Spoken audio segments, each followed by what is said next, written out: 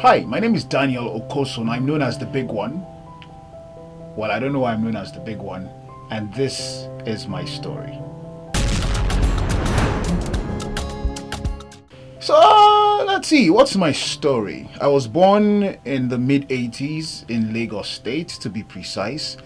I don't have a regular, oh, my father met my mother and they got married kind of story. That's a very, very long story altogether. But I happened to grow up under a single mother who ensured that she gave me the best that she could afford in her time and in her strength.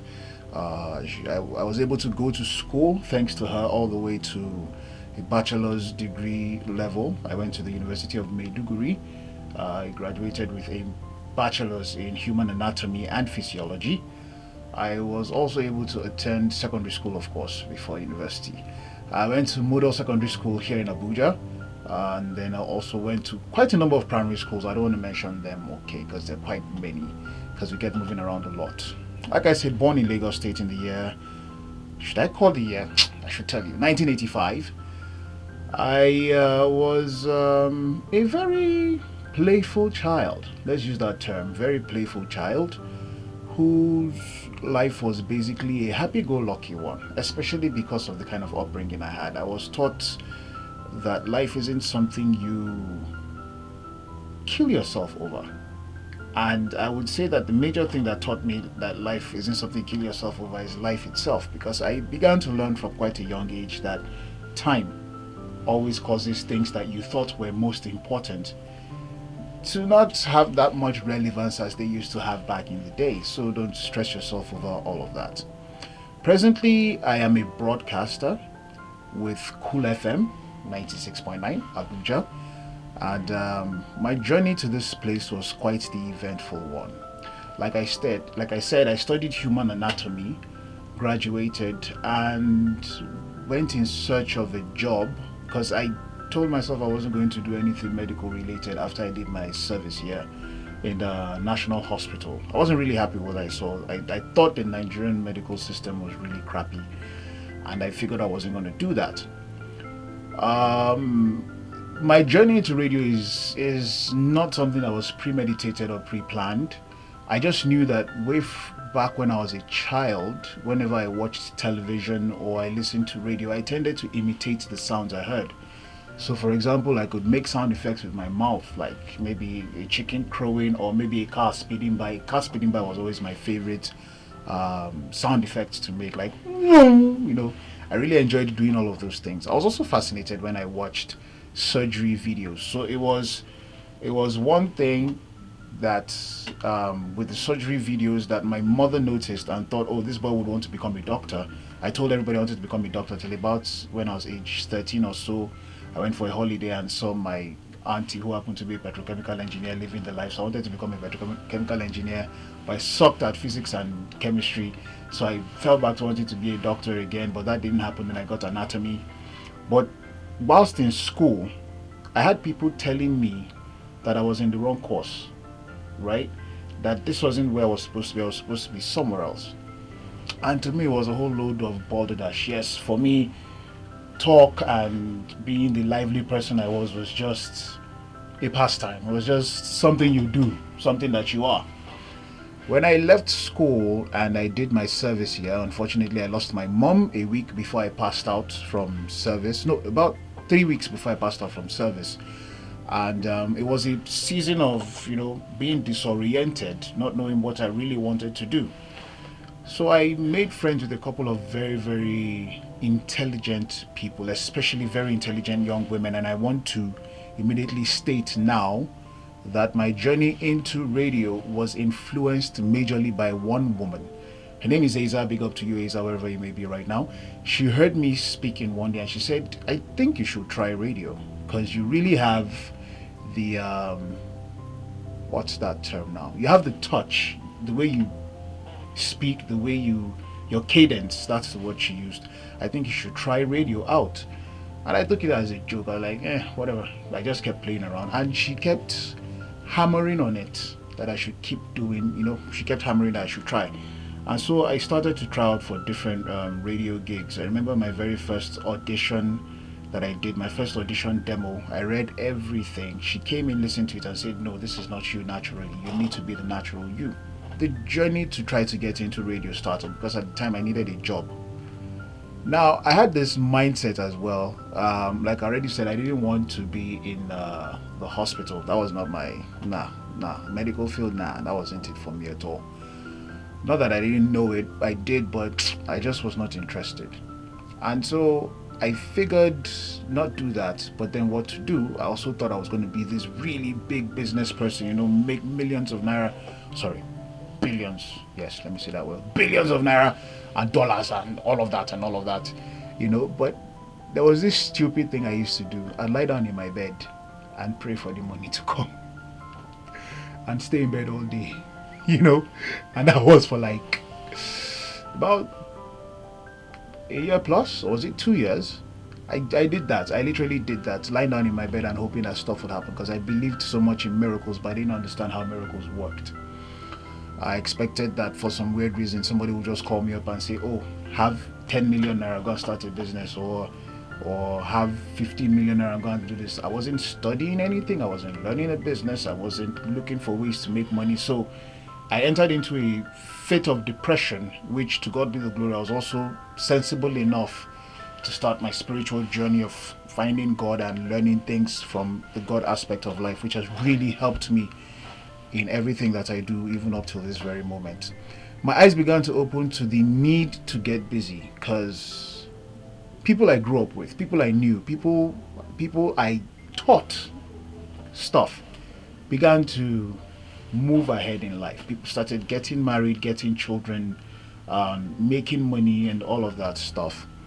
And I figured probably this formula of lying down in bed was not going to work. So I took on the challenge that Asa had given me. That's my friend who influenced me to start radio. I took on that challenge and said, you know what, instead of just sitting back at home and doing nothing, since I'm said to have this gift, how's about I go ahead and get it done? So I reached out to her in the midst of beginning to do stuff like, so I did things like deliveries. I delivered food, delivered cakes. I did cleaning. I cleaned companies, cleaned houses for people. I did stuff like hawking cakes in NYSC camp. I was an external invigilator for quite a number of companies, especially HR companies, just doing things on the side. Big ups to every friend who reached out and helped me when I would, Baba Masi took a hold there. After a while, it gets to a point where you know that Baba Make a hold 2K doesn't do much for you anymore. You want to move forward. And I reached out to Asa. Do you know any radio stations I could, go up? No. We were talking and she said that, you know what, this is your gift that you have and you don't want to push forward with. I will make sure you do it. And then she reaches out to a friend of hers who worked with Cool FM at the time. This was 2010 going into 2011. Her name is Jojo. Jojo happens to be in Canada right now. Hi, Jojo. So she reaches out to Jojo and says to Jojo, "Oh, there's this person I know." Before she reached out to Jojo, she reached out to somebody else who worked here, whose name was Faith. However, Faith gave her some reasons why it may be difficult at the time, especially because it was the rules to get in here were really stringent. So we sort of followed the back door because Faith did the daytime show and you couldn't really have a lot of people on the show. So we followed the back route. If my boss is hearing this, well, sir, that's how I got into your company. Followed the back route and I started doing the midnight show with Jojo. So I'd be here at around 1 a.m. till around 5 a.m. with Jojo, not necessarily sitting down with her to do the show as a host, but as a guest. So imagine the discomfort of having to leave your house at about 12 midnight, look for a way to get to the office, that's to this place, and then sit till 5 and try not to sleep off because you literally have to keep the listener listening. And so I started to learn on the job under Jojo. And so Jojo was, that's Joanna Omero. Jojo was, did I call you Omero? Joanne Ezomo, because she's married now to a very wonderful man. She was magnanimous enough to begin to introduce me to other presenters in the station. And I began to meet people like Faith again, people like Juicy Jane, people like Benny Ark, people like Chika. Those were big names in Abuja at the time, and you could imagine a person who had been hearing all these names on radio suddenly meeting these people, and you're awestruck, but you have to act like you're not awestruck, act like yes, you got to get it on check, but you're like So I began to meet all these people, and they were magnanimous and caring enough to all take me under their wings. People like Chris the Boss, people like Peter Poskundum, all of them came together, and I don't know what they saw, but suddenly everybody seemed to wanted to have me on their show. So it went from doing just a 1 a.m.